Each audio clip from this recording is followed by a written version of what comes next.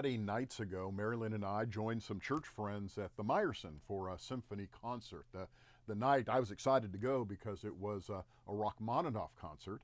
I got to hear the piano concerto, let me get it right, piano concerto number 2 in C minor, and it was spectacular. The pianist was just out of this world. And the funny thing was, in the second movement of this familiar piece, as he began to play the melody of this concerto, in my head I began to sing. I didn't sing out loud, mind you, but in my head I began to sing. And the words I sang were, "All by myself, don't want to be all by myself anymore." You see, back in 1975, Eric Carmen, who had been the lead singer for the rock and roll group the Raspberries, began a solo career. And his first hit was a variation on that musical melody. He borrowed Rachmaninoff's music and he put words to it, and it became a hit. On one national poll, it was the #1 song, and it was #2. Back a couple of years ago, it was voted the 17th best song to break up to by a national audience.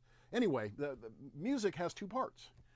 And I felt that at the symphony. The melody is the beautiful notes that are played, and that's what we heard in the concert. But in my head, I heard the lyrics of the song. I heard the words of the song, and it gave it a whole different feeling. One is appropriate for the symphony hall, the other one is appropriate for a rock concert. The lyrics make you think.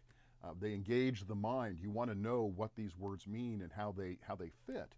But the melody touches the heart. It moves us to deep feelings.